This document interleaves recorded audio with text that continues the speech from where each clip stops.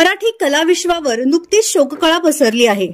कारण हरहुन्नरी अभिनेते विजय कदम यांचं नुकतंच दुःखद निधन झालं आहे.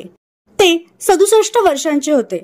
गेले काही वर्षे अभिनेते विजय कदम हे कर्करोगाशी झुंजत होते. 80 ते 90च्या दशकात त्यांनी रंगभूमीवर केलेल्या कामाने त्यांना खरी ओळख मिळवून दिली. टूर टूर, विच्छा माझी पुरी करा, पप्पा सांगा कोणाचे अशा अनेक गाजलेल्या नाटकांतून त्यांनी काम केलं होतं. झी मराठीवरील ती परत आलीये या मालिकेत त्यांनी केलेली भूमिका अखेरची ठरली. तेरे मेरे सपने, इरसाल कार्टी, दे दणादण, दे धडक बेधडक, हळद रुसले कुंकू हसलं अशा अनेक मराठी चित्रपटांतून त्यांनी भूमिका केल्या होत्या. त्यांच्या अशा अचानक जाण्याने मराठी मनोरंजन सृष्टीला मोठा धक्का बसला आहे. तर आपल्या चॅनलच्या परिवारातर्फे अभिनेते विजय कदम यांना भावपूर्ण श्रद्धांजली.